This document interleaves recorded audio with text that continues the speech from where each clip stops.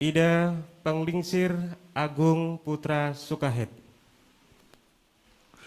Beliau adalah Ketua FKUB Bali, sekaligus menjabat Ketua Umum Asosiasi FKUB Indonesia, dan juga sebagai Pendesa Agung Majelis Desa Adat. Selamat datang Ratu. Matur suksema. Selamat Hari Raya Kuningan kami ucapkan. Matur suksema. Mudah-mudahan damai selalu. Ya, matur suksema. Narasumber yang ketiga yakni Bapak Kiai Haji Abdul Aziz, Ketua Tanfidiyah PWNU Provinsi Bali. Selamat datang Bapak. Dan narasumber keempat yang tentu sudah tidak asing lagi bagi kita, yakni sahabat Haji Yunus Naim, Ketua PWNU, Ketua PWGP Ansor Provinsi Bali. Selamat datang Gus. Ya, selamat datang. Ya. Hadirin dan pemirsa channel YouTube Gerakan Pemuda Ansor yang saya hormati dimanapun Anda berada. Menurut salah satu versi, jalur Islam pertama kali masuk ke Bali pertama-tama adalah dalam rangka mengiringi atau mengawal raja, bukan semata-mata untuk menyebarkan agama. Umat Islam disambut baik oleh Raja Bali saat itu dengan memberikan tempat tinggal, tanah pertanian, dan tempat untuk mendirikan masjid. Tidak ada raja di Bali yang menekankan umat Islam untuk mengganti keyakinannya. Hubungan yang harmonis itu di Bali hingga muncul istilah Nyame Selam, yakni saudara Islam. Namun dewasa ini karena perkembangan dan pengaruh modernisasi, perkembangan teknologi dan informasi, dan media sosial, terkadang muncul riak-riak kecil yang dapat mengganggu kerukunan, keharmonisan umat beragama. Nah, untuk membahas hal tersebut, kami akan berbincang, berdiskusi dengan 4 narasumber yang telah hadir di tengah-tengah kita. Untuk kesempatan pertama, kami akan berbincang dengan Bapak Haji Mahrusun, Ketua MUI Provinsi Bali. Bapak, moderasi beragama ini adalah sebuah gerakan yang diwacanakan, diinisiasi oleh pemerintah, dalam hal ini Kementerian Agama, beberapa tahun yang lalu. Namun dalam perkembangannya masih belum signifikan sosialisasi tersebut. Menurut Bapak apa sih moderasi agama tersebut, dan mungkin kiat-kiat untuk dapat kita mengimplementasikannya? Silakan Bapak Haji Mahrusun. Ya, terima kasih. Memang Majelis Ulama Provinsi Bali khususnya itu salah satu di antara programnya adalah mengembangkan moderasi beragama. Kalau di dalam istilah agama Islam disebut dengan Islam wasatiyah. Artinya bahwa bagaimana supaya umat Islam ini memiliki pemahaman beragama Islam ini dengan wasatiyah tadi, yang artinya tengah-tengah atau bahasa lainnya moderasi. Ya. Hal ini penting, jangan sampai kemudian Islam ini menjadi ekstrim atau menjadi radikal dan sebagainya. Oleh karena itulah maka Majelis Ulama di antaranya mempunyai tugas untuk mengembangkan ini, sehingga umat di dalam beragama itu kemudian memiliki pemahaman yang baik tentang Islam, bahwa Islam bukan radikal, bahwa Islam bukan ekstrim, tapi Islam ada di tengah-tengah. Sebagaimana kalau ada ayat itu yang mengatakan wa ja'alna ummatan wasaton, ya. dalam satu ayat Al-Quran bahwa Allah itu meminta kita umat Islam untuk menjadi umat yang wasaton, umat yang tengah-tengah tadi, atau umat yang memiliki pemahaman moderasi yang baik. Semuanya adalah untuk kepentingan agama sendiri dan juga kepentingan masyarakat, bangsa dan negara, sehingga orang beragama itu tidak kemudian terlalu condong ke kiri atau terlalu condong ke kanan, berarti tengah-tengah itu. Ya. Sementara itu barangkali. Terima kasih Bapak Haji Mahrusun.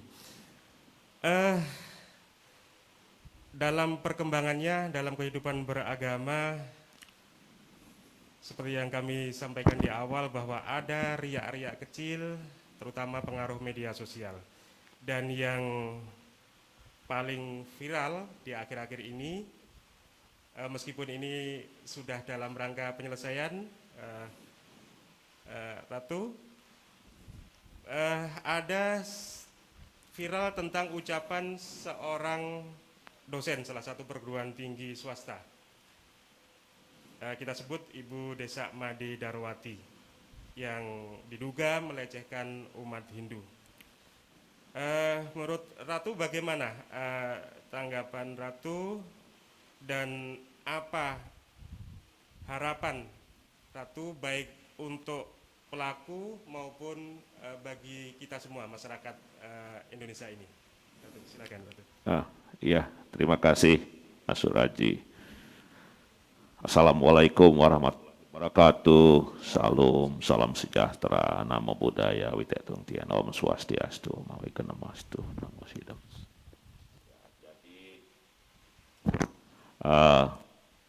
menanggapi kasus yang viral belakang, ya, yang dilakukan oleh oknum, ya, Desak Made Darmawati, oknum dosen yang sudah, ya, yang patut menistakan agama, dalam hal ini agama Hindu. Inilah yang memang salah satu objek dari moderasi beragama ini, ya, supaya jangan terjadi lagi kasus-kasus seperti ini di kemudian hari.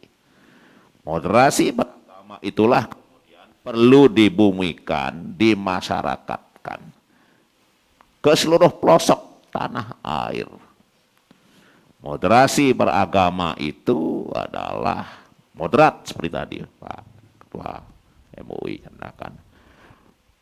Kita beragama di dalam keindonesiaan, menghormati perbedaan-perbedaan. Karena semua agama itu pasti berbeda, keyakinan pasti berbeda. Ada banyak kesamaannya, tapi perbedaannya juga ada. Kita jangan kemudian saling menjelekkan. Itu perbedaan tidak harus baik buruk. Ya, perbedaannya sama-sama indah juga berbeda. Agama Islam adiluhur, Hindu adiluhur, luhur, Buddha, Katolik, semuanya. Tapi berbeda, sama-sama luhur, sama-sama indah. Nah, ini moderasi, saling menghormati. Nah, inilah kemudian karena diganggu oleh kasus seperti ini, walaupun kemudian videonya itu sudah 2 tahun yang lalu, tetapi diviralkan oleh seorang oknum juga mungkin yang hendak tahu apa maksudnya, ya, tujuannya, tetapi tetap menjadi harus ditangani secara baik, tepat dan bijak. Yang pertama adalah kasus penodaan agama, penistaan agama kepada agama apapun dan oleh siapapun. Nah, ini itu pasti kita semua umat beragama sangat menyesalkan. Bahkan bila perlu kita, ya, katakanlah kita kecam saja rame-rame, kita salahkan itu. Begitu. Kita sangat sesalkan. Kita sangat sesalkan. Karena kasus seperti itu sangat berbahaya. Ya, kalau itu kemudian diikuti oleh tindakan-tindakan saling menistakan, saling menghujat, saling itu, maka Indonesia akan menghadapi kehancuran. Itu bahayanya. Negara kesatuan ini akan pecah. Dan kita tahu provokator, terutama kekuatan asing memang menghendaki itu. Berkolaborasi dengan kelompok-kelompok radikal yang ada di dalam negeri. Oleh karena itu jangan dikasih ruang untuk itu. Satu, ya, sikap kita. Kita harus apapun masalahnya dinginkan suasana. Ademkan suasana. Ademkan suasana, ya Ratu juga syukuri bahwa si desa Made dan Mawati ini sudah minta maaf. Ya ini menjadi lebih adem lah. Itu. Kemudian sebagai umat beragama, semuanya, umat beragama di Indonesia ini, apapun kesalahan orang, dosa-dosa orang, kalau sudah meminta maaf, apalagi disertai dengan bertobat, harus kita terima. Kita maafkan. Kita maafkan. Sehingga tidak kita lagi emosi, kita tidak ada rasa benci juga, tidak ada rasa dendam juga. Tetapi ini yang penting juga. Sebagai umat beragama pribadi-pribadi memaafkan. Tetapi kepentingan negara, penegakan hukum, proses hukum itu adalah hal yang berbeda. Pada saat kita memaafkan, itu emosional. Itu kejiwaan secara pribadi sebagai umat beragama itu. Ya, rasa sayang, cinta, atau apa begitu kan, supaya itu tidak ada rasa benci gitu. Itu umat beragama. Tetapi negara di dalam menegakkan hukum dengan tujuan yang mulia, yaitu supaya ada efek jera. Tidak terjadi lagi kasus-kasus seperti itu. Efek jera ini kuncinya. Ya, efek jera untuk yang bersangkutan dan efek jera untuk seluruh warga negara. Takut. Ini kuncinya adalah penegakan hukum dan proses hukum. Nah ini kita semuanya mengharapkan, semua harus, dimanapun ada kasus-kasus penodaan agama, penistaan agama, harus diproses hukumnya sampai tuntas. Kalau bisa tetap supaya harus ada hukumannya masuk penjara. Sehingga efek jerahnya apa? Efek jerahnya adalah setiap masyarakat di Indonesia ini, dalam Indonesia, jangan coba-coba menistakan agama. Jangan coba-coba merendahkan agama. Orang lain kah, agama diri sendiri. Pasti masuk penjara. Akhirnya takut.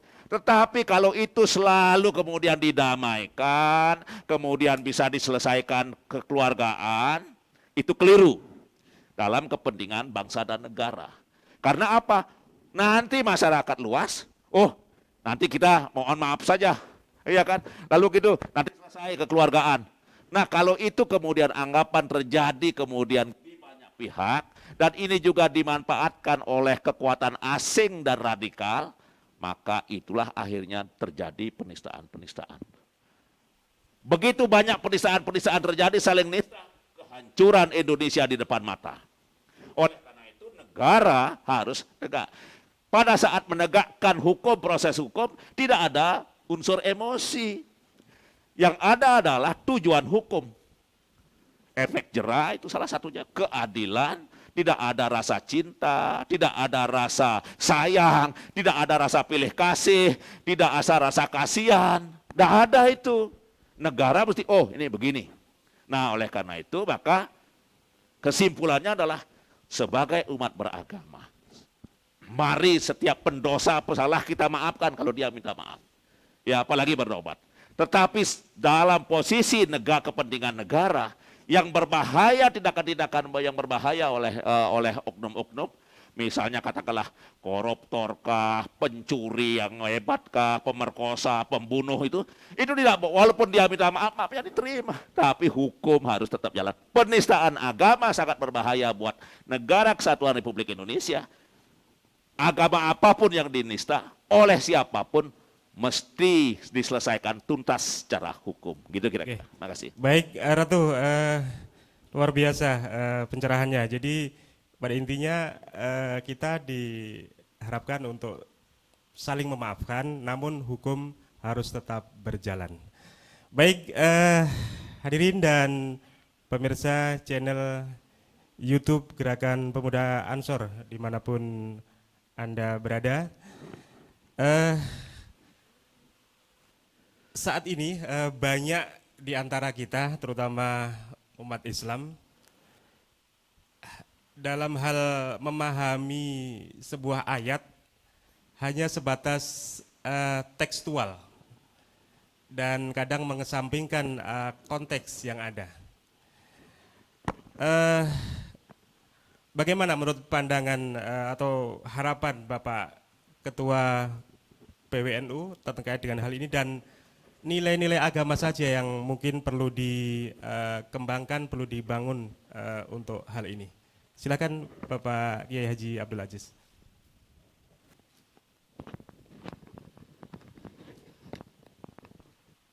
Terima kasih atas waktu yang diberikan.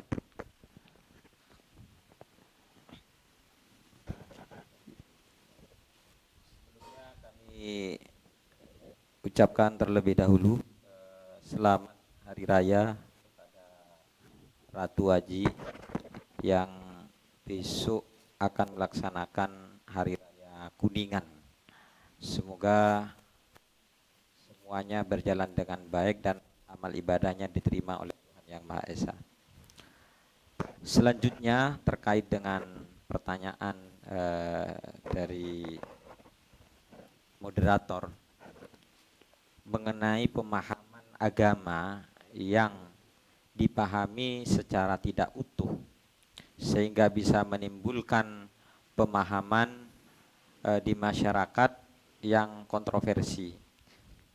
Ini sangat penting untuk dilakukan penyampaian-penyampaian kepada para pemuka agama khususnya agar bisa memberikan pendidikan agama dan pemahaman agama secara benar dan baik.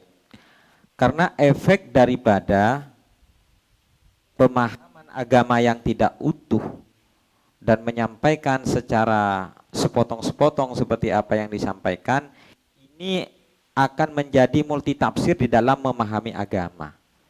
Sehingga apa yang terjadi pada akhir-akhir ini, yang pertama efeknya adalah mereka mudah untuk masuk kepada pagar di luar agamanya sendiri, sehingga bisa menyinggung perasaan agama lain yang sebenarnya itu bukan ranahnya.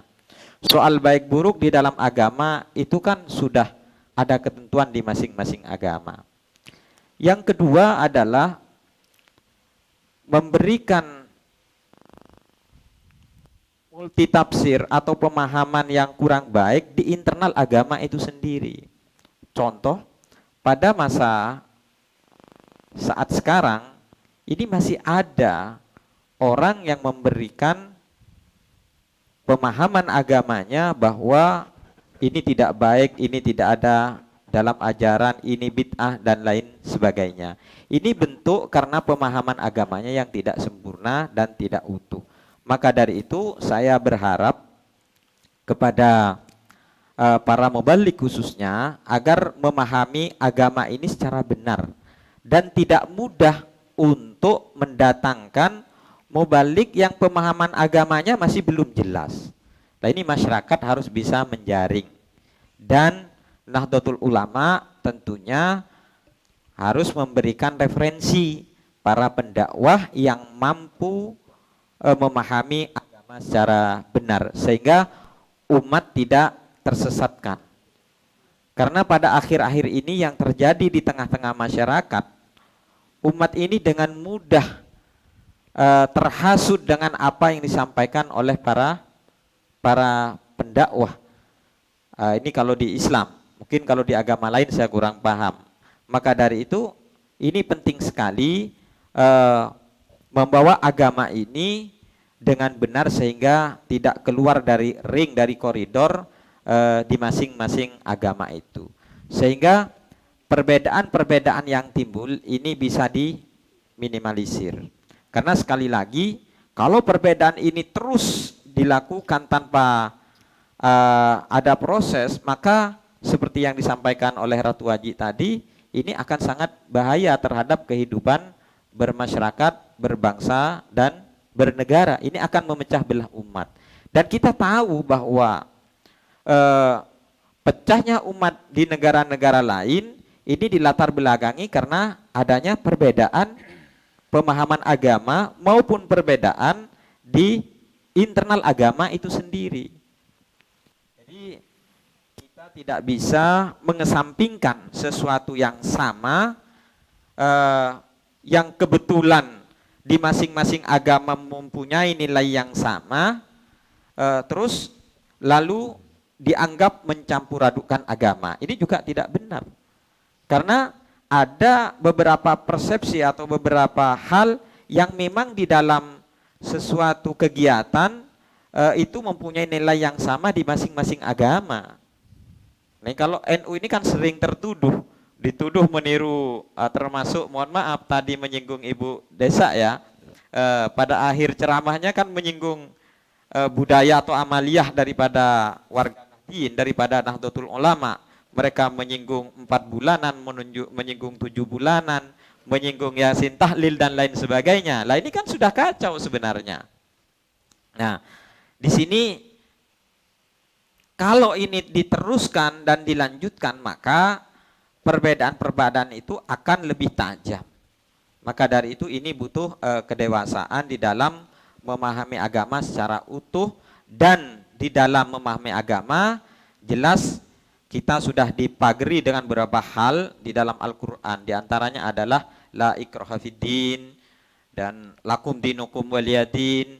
Jadi kita sebenarnya tinggal bagaimana menikmati hidup ini dengan agama yang kita anut dengan sungguh-sungguh, kita dalami dengan sungguh-sungguh, kita taat kepada Tuhan, kepada Allah Subhanahu wa Ta'ala yang telah memberikan petunjuk bagi kita. Itu diantaranya. Dan di Nahdlatul Ulama kebetulan ketika berbicara moderasi agama, ini bukan hal yang baru. Moderasi agama di lingkup Nahdlatul Ulama ini sudah ditanamkan sejak berdirinya Nahdlatul Ulama. Maka dari itu Nahdlatul Ulama terus berkomitmen sampai detik ini untuk menjadi perkat di antara umat beragama. Kita sudah ditanamkan tawasud atau wasatiyah yang tadi disampaikan oleh Ketua MUI.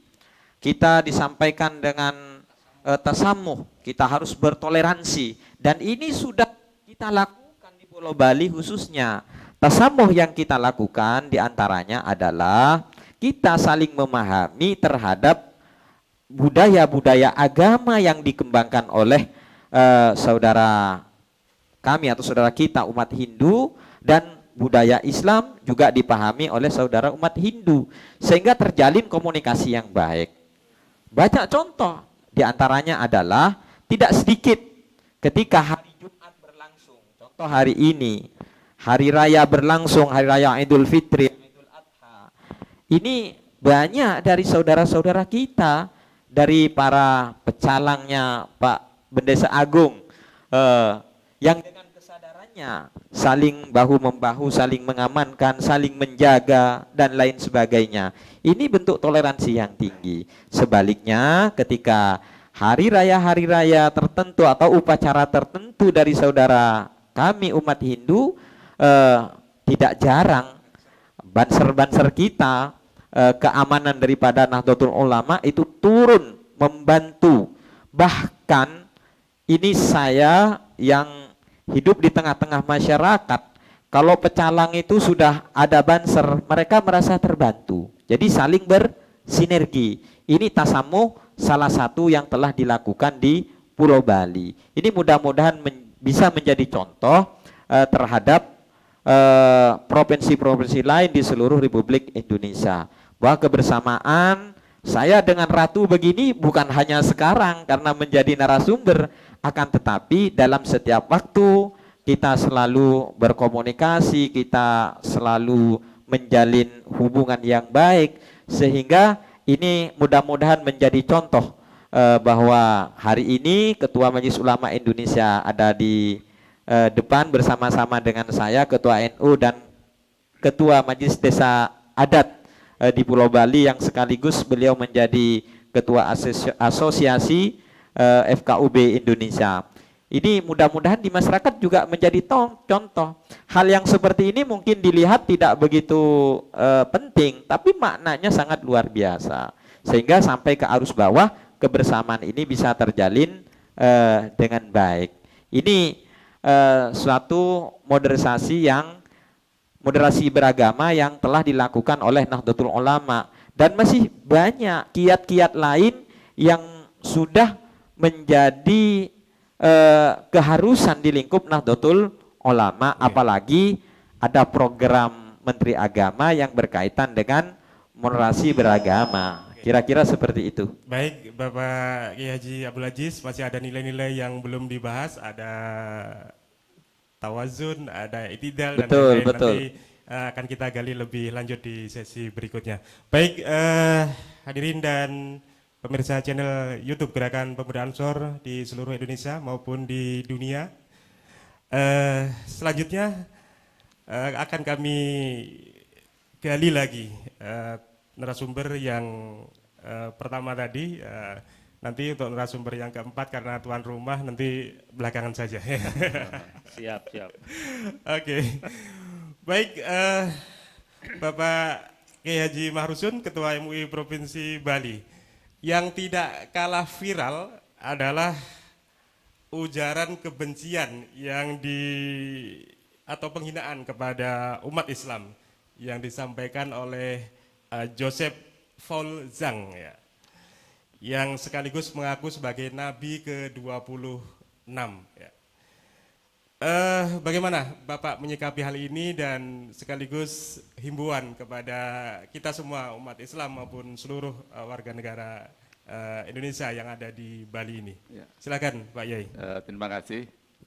Jadi memang ujaran-ujaran kebencian, kemudian penodaan agama ini nampaknya menimpa banyak pihak, itu, termasuk umat Islam pada kesempatan ini, yaitu yang bernama Paul Zhang, yang dia mengaku sebagai Nabi yang ke-26, dan kemudian perkataan-perkataan yang katakanlah berupa kebencian, menimbulkan kebencian dan sebagainya.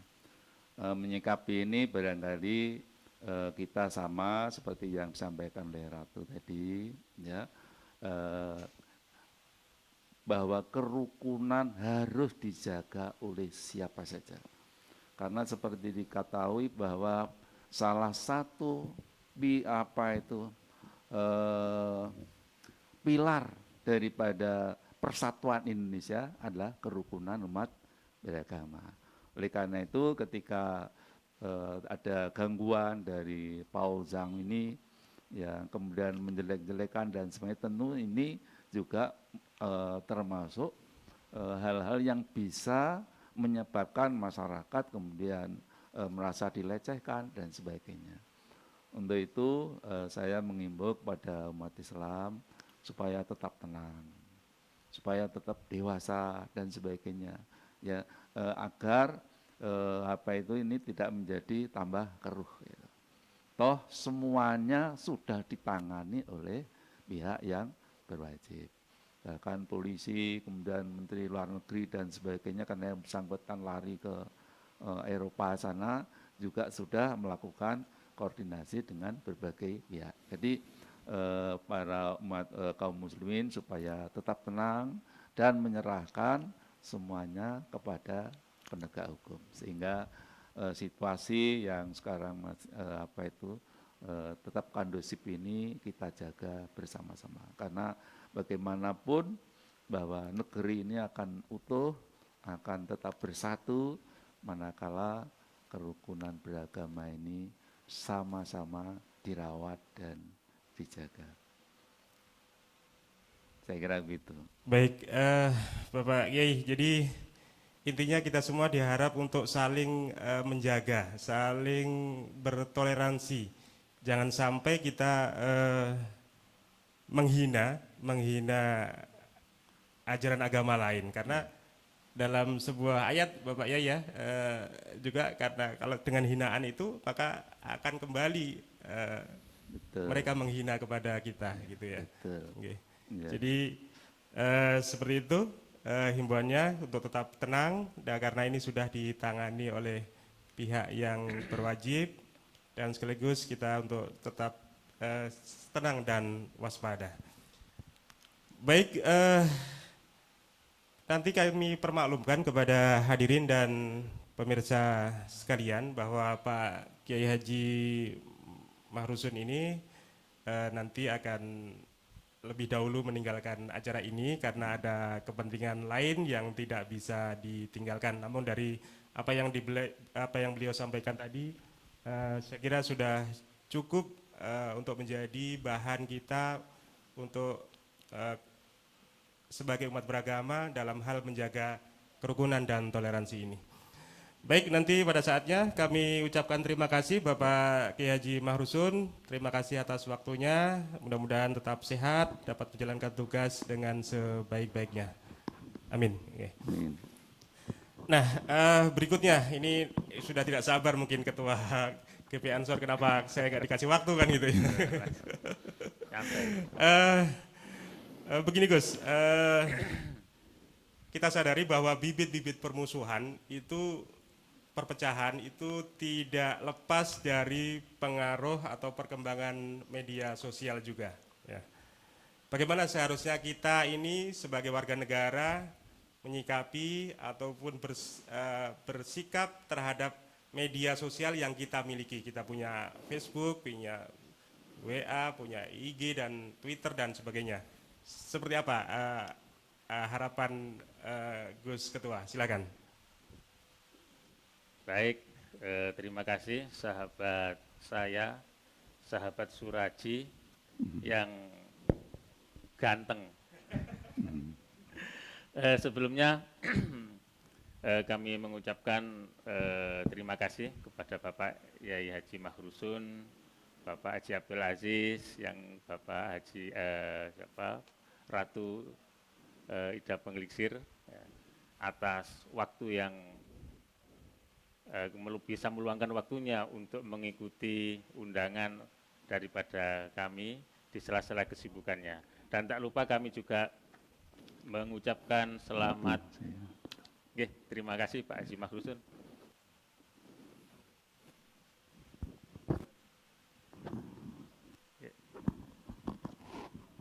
Silahkan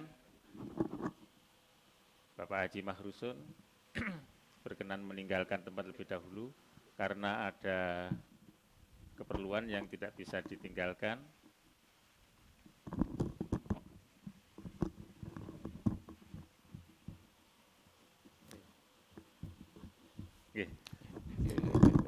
Terima kasih waktunya Pak Yai. Terbaik kami mengucapkan selamat Hari Raya Kuningan, Ratu. Semoga kedamaian selalu menyertai kita semua. Kemudian yang terkait dengan apa tadi itu media sosial ya. Media sosial itu saat ini memang menjadi sebuah apa ya, kalau bisa kita katakan itu silahun dzu haddain. Artinya apa?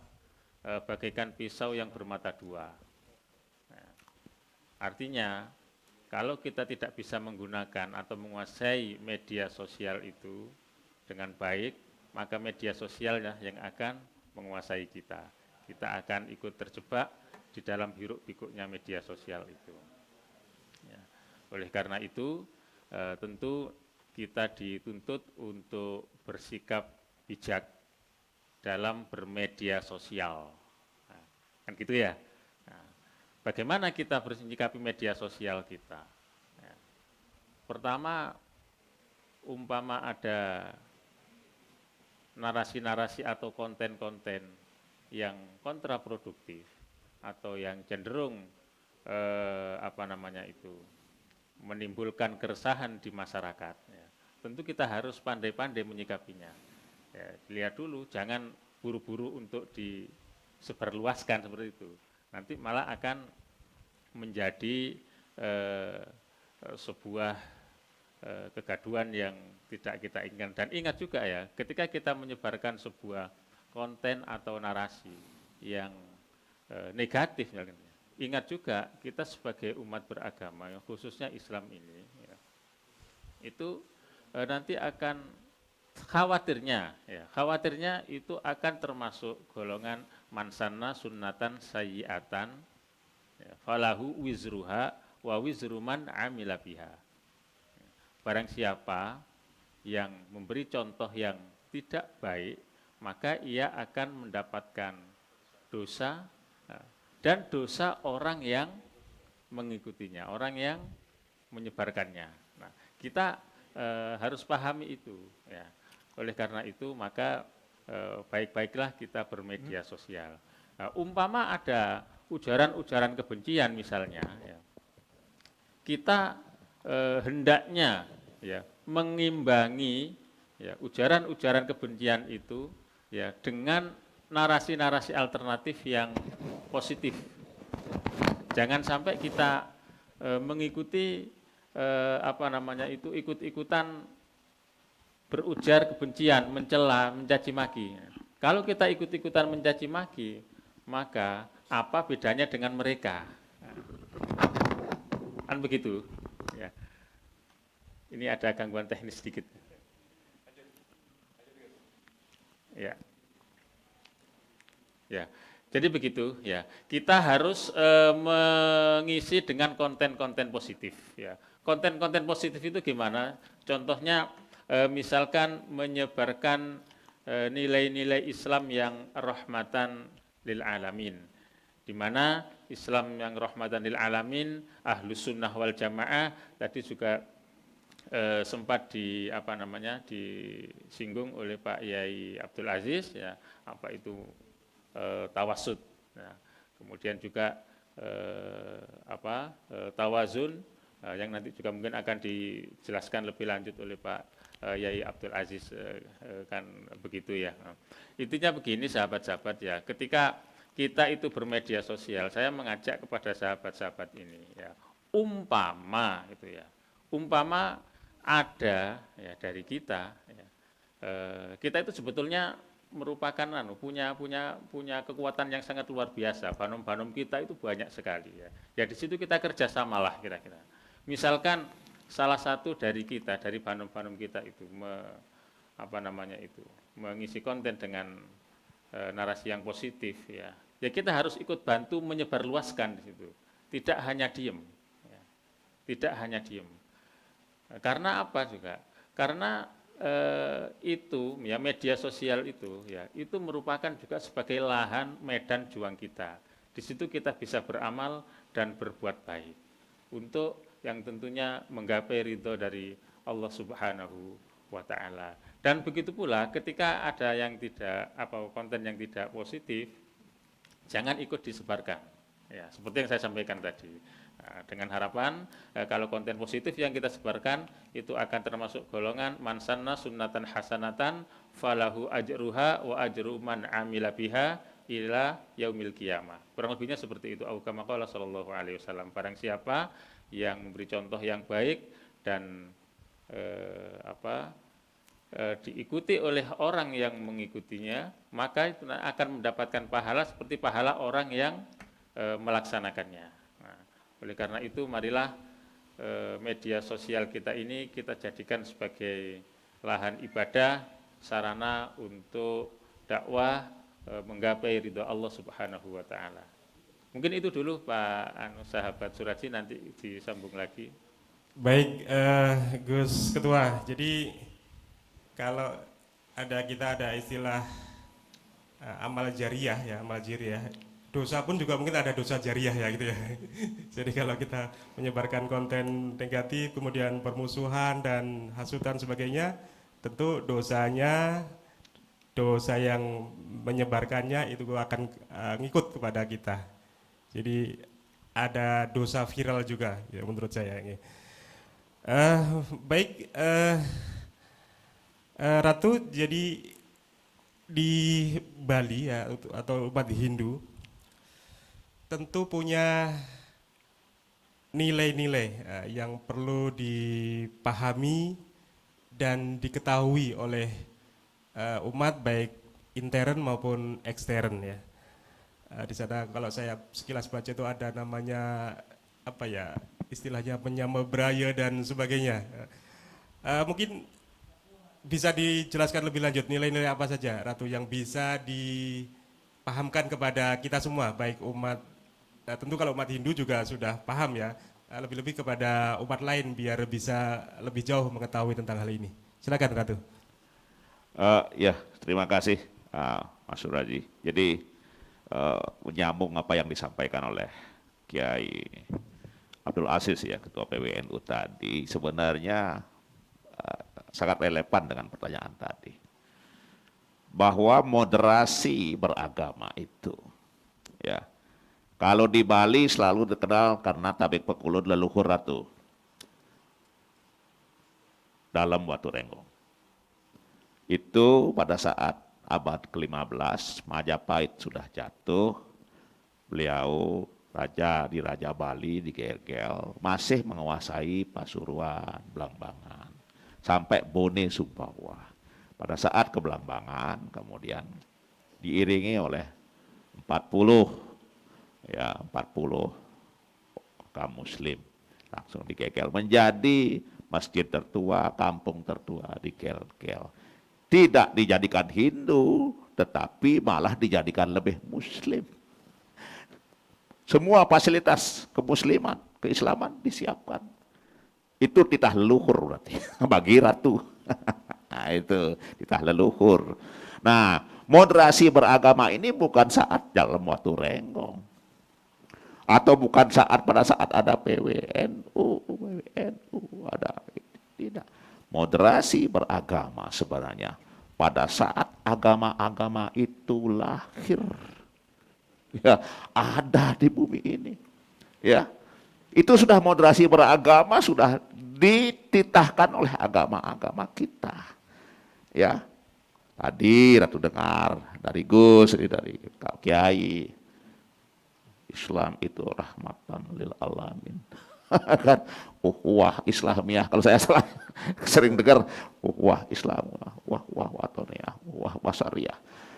Itu moderasi beragama. Di Hindu juga begitu, ada. Nah, kemudian akhirnya ada istilah nyama Islam, saudara Islam.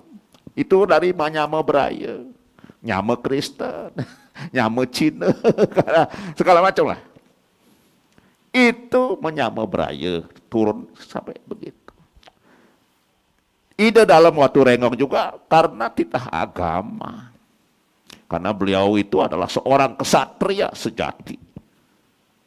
Juga mengamalkan nilai-nilai agama.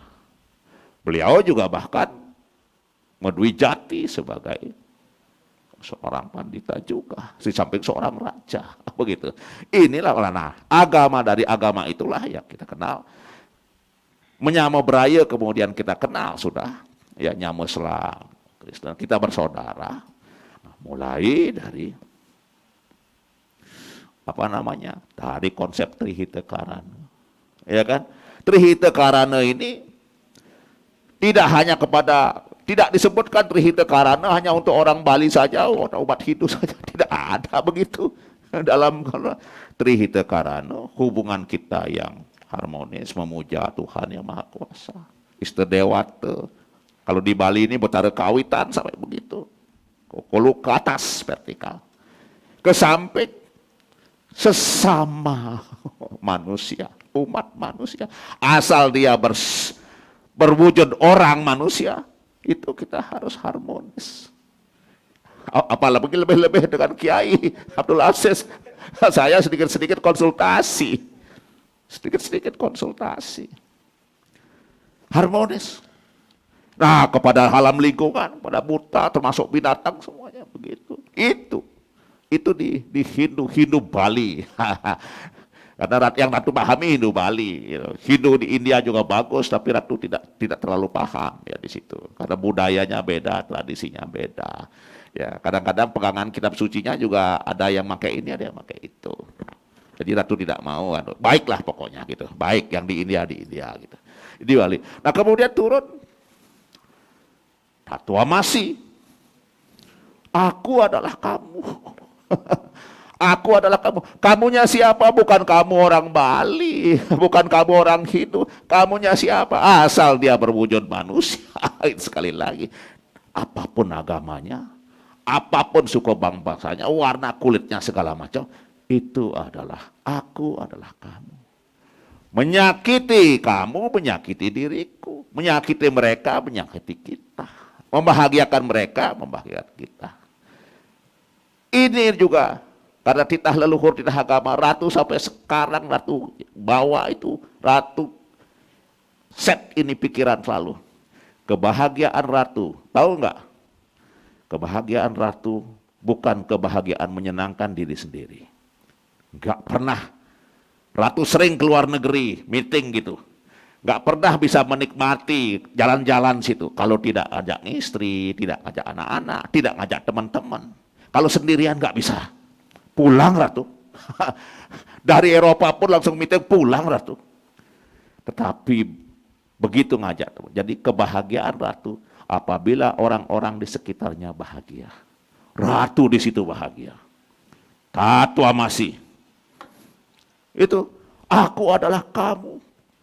Kamu adalah aku, mereka adalah kita. Nah, kemudian turun Ratu Amasi. Ya, kemudian lalu ya ini juga sudah sangat dikenal di kalangan umat ya. Wasudewa Kutumbakam. Ya, Wasudewa Kutumbakam. Kita semua adalah bersaudara. Ini kitab suci. Kita semua umat manusia adalah bersaudara. Itu. Nah, dari sini kemudian kita kenal dengan biasa di masyarakat menyame beraya. Ini ajaran agama. Ini titah agama. Ya. Nah, untuk melaksanakan itu apa? Di agama itu turun menjadi Trikaya Parisuda.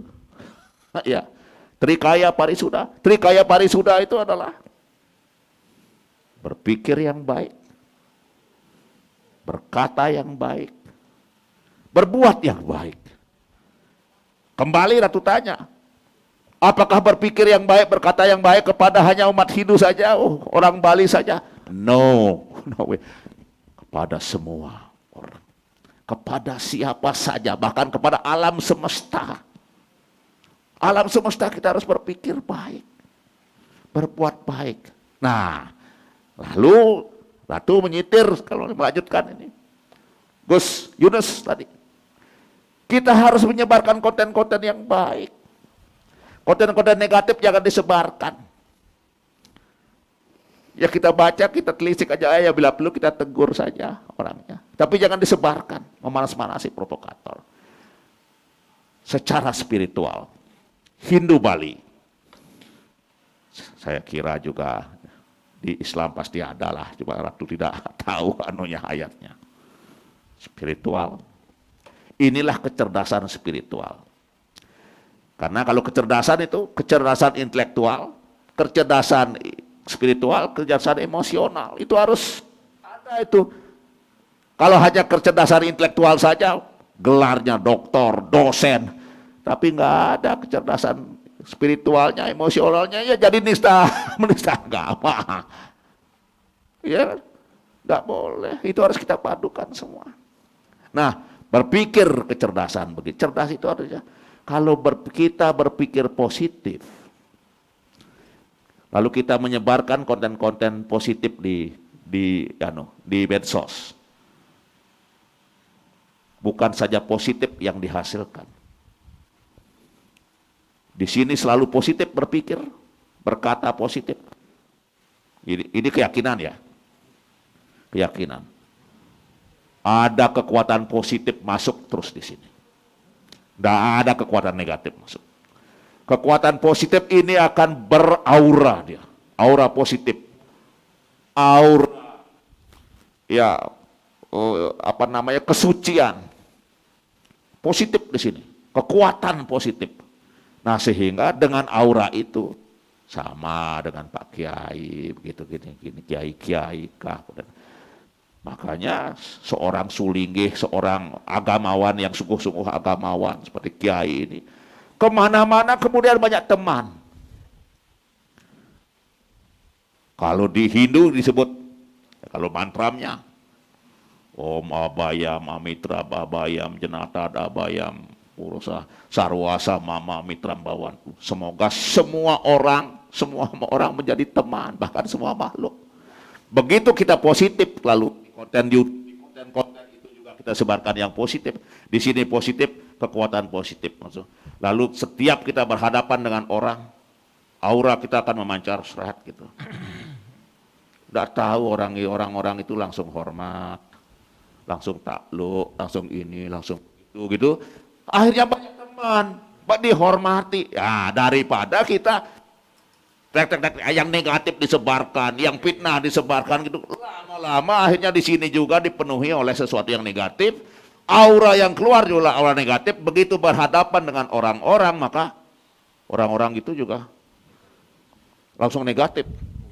Nah ini kira-kira oleh karena itulah disitulah kira-kira dari kacamata pandangan Hindu Dresta Bali, Hindu Bali ya. Terima kasih. Baik, terima kasih Ratu, luar biasa pencerahannya kepada kita semua yang hadir maupun yang menyaksikan channel YouTube GP Ansor. Baik, ini mungkin materi yang terakhir karena waktu membatasi kita. Ini kami tujukan kepada Bapak Ketua PWNU Provinsi Bali ya. Fenomena ujaran kebencian ya, penghinaan kepada umat beragama. Beberapa hari terakhir ini muncul begitu semarak, kalau istilah Mas Tommy itu bak jamur di musim hujan ya gitu. Kira-kira ini murni atau alamiah atau ada yang mendesain Pak Ketua, dan sekaligus sebagai closing mungkin harapan kepada kita semua warga Nahdien dan Nadiat kira-kira seperti apa? Silakan Pak Yai. Terima kasih Gus Suraji atas waktunya. Terkait dengan pertanyaan mengenai fenomena yang berkembang pada akhir-akhir ini yang sebenarnya tadi telah dipertanyakan kepada dua narasumber sebelumnya. Memang apa yang terjadi akhir-akhir ini mengenai apa yang dilakukan oleh katakanlah pihak-pihak yang kurang bertanggung jawab ini cukup menjadi persoalan yang sangat kompleks bagi kehidupan bermasyarakat, dan yang menyampaikan mungkin tidak merasa salah dan tidak sadar ketika mereka melakukan sesuatu, tapi efeknya ini yang menjadi persoalan yang sangat kompleks. Menyikapi hal tersebut kami sepakat dan sepaham, artinya untuk memberikan efek jera sehingga tidak terulang terus-menerus, maka proses hukum ya harus ditegakkan. Apapun hasilnya kita serahkan kepada penyidik sampai di mana prosesnya, kira-kira seperti itu. Karena kalau tidak, ini akan terus bermunculan, dan dengan sehendaknya melakukan penghinaan, katakan seperti itu. Dan saya terima kasih kepada pertanyaannya, karena memang sejatinya kalau yang melakukan tindakan-tindakan yang kurang baik dari umat Islam ya ditanyakan kepada tokoh Islam untuk sikapnya, dan sikap kami mendukung untuk diproses secara hukum, walaupun secara kemanusiaan, secara hati nurani seperti yang disampaikan Ratu semua sudah memaafkan. Akan tetapi kepentingan agama itu sendiri dan ditambah kepentingan negara yang begitu besar ini tetap harus diproses, dan tentunya kami berharap kebetulan ini lagi apa namanya penghinaan-penghinaan ini di akhir-akhir ini kan lagi rame nih, bukan hanya kepada satu agama tapi muncul juga terhadap Islam dan lain sebagainya, bahkan yang mengaku nabi dan lain sebagainya. Ini semuanya harus diproses secara hukum sehingga tidak terulang kembali dan orang itu akan berpikir ketika melakukan sesuatu yang masuk di dalam hal yang membuat orang lain tidak nyaman atau membuat orang lain tersinggung. Apalagi ini masalah agama yang efeknya seperti yang saya katakan tadi, ini sangat besar dan potensi untuk memecah belah kehidupan berbangsa dan bernegara. Itu diantaranya. Dan saya tambahkan sedikit tentang apa yang disampaikan oleh Ida Penglingsir Ratu Haji tadi. Di dalam pemahaman beragama sebenarnya hampir sama, tergantung bagaimana kita memaknai di dalam isi agama itu sendiri. Kalau kami di lingkungan Nahdlatul Ulama sudah diberi seperti GBHN ya, garis besar haluan negara. Apa itu? Hubbul waton minal iman. Cinta kepada bangsa dan negara adalah bagian daripada iman. Nah, ini pengertiannya cukup luas. Tidak hanya mengandung kecintaan kepada negara, tapi makna cinta kepada negara, cinta kepada bangsa bagian dari iman. Ini di dalamnya termasuk moderasi agama. Ketika kita menyampaikan cinta kepada bangsa bagian dari iman, tentunya harus melakukan sesuatu yang positif apapun di dalamnya. Lebih-lebih di dalam masalah kita hidup untuk menjalankan agama itu sendiri. Itu sangat tajam kalau kita maknai lebih dalam. Makanya di dalamnya juga tadi saya sampaikan ada tawassut, ada tasamu, ada tawazun ya, yang harus seimbang kita, harus seimbang. Terus ada iktidal, ini miliknya GB Ansor, iktidal ini harus tegak lurus. Ini semboyannya GB Ansor dan Banser, harus tegak lurus. Nah, dari sinilah apa namanya, kalau semua dipahami dengan baik dan agama ini sebenarnya kan memberikan suatu kedamaian.